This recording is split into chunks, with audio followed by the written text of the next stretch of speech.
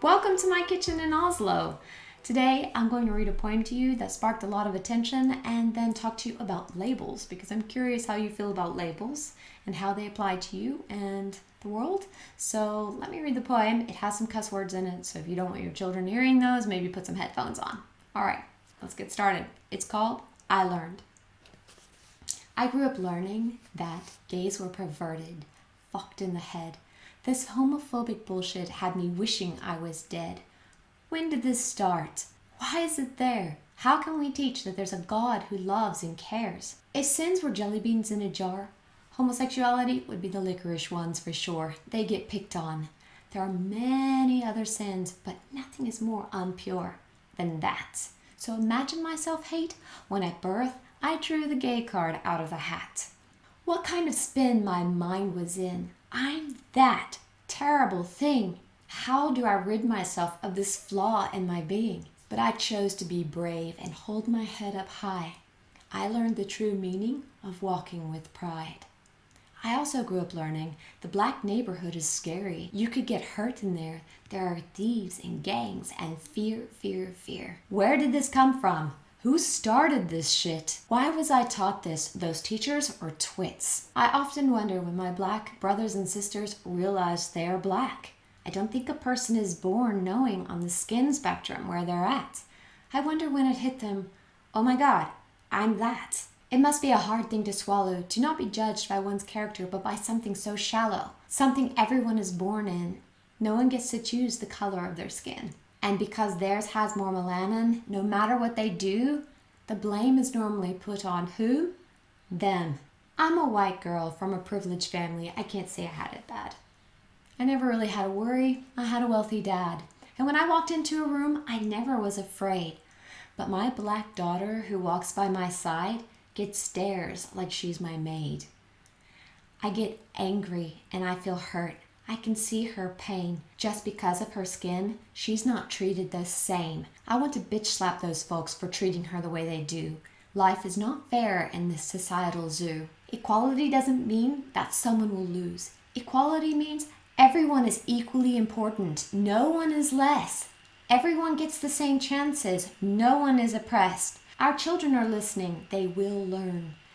The things you teach them in their minds, it will burn. So careful the things you say and careful the things you do, because you're painting the world for your little boo. And when they are old and grown, you want them to be unafraid to be themselves too. After I posted this poem, one of my Facebook friends said that she didn't think we should have labels for gender. She didn't think we needed labels for lesbians, gays, blacks, whites, all the things. And at first, I was surprised by my initial response. I actually was a little bit offended by that. And I'm not a fan of labels, to be honest. I realized there was this battle inside of my brain. I was like, wait a minute, Kate, you don't like labels. I don't like labels when they are powerful to oppress people. For example, I don't like the labels, I'm the pastor, or I'm the bishop, or I'm the, labels that manipulate people to do something, to submit. When a pastor is pastor so-and-so and he demands your respect because he is a man of God, it's almost like a self-appointed label. And yes, that may be his occupation, but to have a congregation constantly call this person pastor so-and-so, I feel as if that's not really great, because it puts a person on a pedestal, and I don't like that, because I like equality. And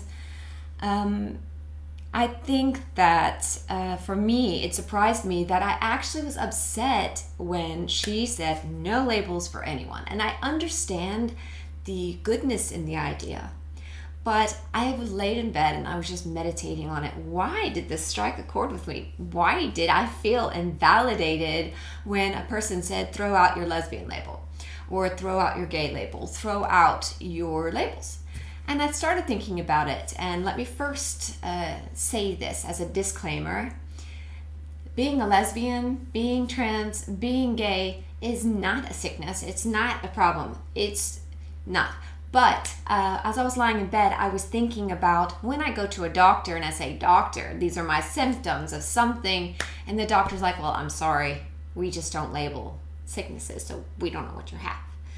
we can't categorize things like that because it would make the other sicknesses feel, or I don't know. Then you sort of get lost. Labels help us define certain feelings, certain things, certain cultures, certain experiences. So I don't think labels are all bad.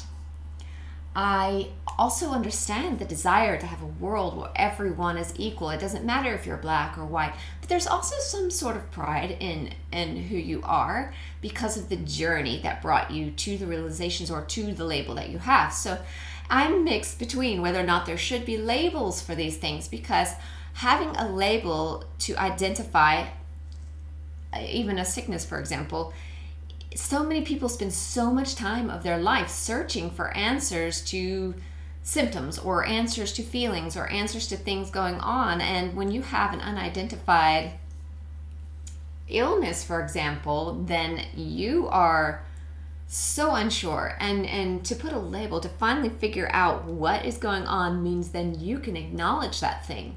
Without a label, something almost doesn't exist. So without a label, for me to say, okay, I'm not going to call myself a lesbian. I just love women. I'm not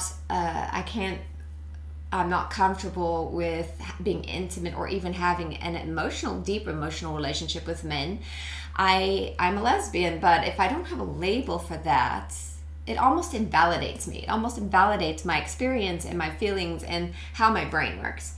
So knowing that from my childhood and living a life trying to not put a label of lesbian on myself and trying to live without a label and trying to live as the label of a straight person, I know that how hard that was, because I was so confused and had so much turmoil inside and felt lost and empty and trying to be the standard, which some would say didn't have a label, being a straight girl, but straight is a label as well, though it's considered the norm. So I guess because of that, you see, that's where kind of the problem is. So when you're a minority, or when I was able to finally acknowledge the fact I am gay, I am a lesbian, it changed everything. It gave meaning to all the feelings I had from the time I could start my very first memories. The feelings I had towards women and the way I was seeing the world. I have a lens over my eyes as a lesbian. It's just who I am, how I was born. So as a child, I didn't understand why I didn't fit in or why my mother was scared that I was gay. I didn't think. I was like, no way. I'm not going to be that thing. I'm not going to be that bad thing. Because to our society in Southeast Texas and when I was growing up, I couldn't be that. It would be so wrong, and it wouldn't have been good for my family either. I think I suppressed who I was because I was scared of that label. And so I don't know. I'm just talking and trying to sort my feelings out and trying to understand exactly what I feel and what I believe about labels. But I think labels are important because it helps us identify who we are. It helps us also have compassion and understanding for those who've lived a journey. So anytime I know someone who is LGBTQ, I can automatically think to myself, that person has a journey of self-discovery and realizing, and then who they are, and then coming out. They have a coming out story. Most LGBTQ do, because most of us are not necessarily born into families who are like free and just let us grow up to be whoever we are. And yeah, so I don't know, maybe you can tell me your thoughts. Let me know what you think about labels. I feel like I also want to say I watched a documentary on, I think it was a tribe in Namibia. I could be wrong, the country. But I do know that in this documentary, the people in this tribe didn't have labels for the same colors that we do. And because of this, they were given a test on a computer, and colors that we could see, they could not see and identify because they didn't have a label for them. But they could see colors we couldn't see because their culture identified them. And it was quite an interesting documentary because the colors they chose on a spectrum of, let's say it was a bunch of green squares, I couldn't see the difference in all the light greens. They looked the same. But the dark green was very vivid to me. But they didn't pick that as the different one. They picked something else. And it was just because they had a label and they saw the colors differently. And it was quite interesting. So I think that labels are okay as long as we don't use them to divide us in a way where it's like us and them and their. When a label has a bad negative stereotype, that's not cool either. So I think labels are normal. I think they help us process. I think they give us identification of things. Without words, without labels, without names, we would be lost. I mean, if I didn't have a label for who you are, then I wouldn't know what to call you.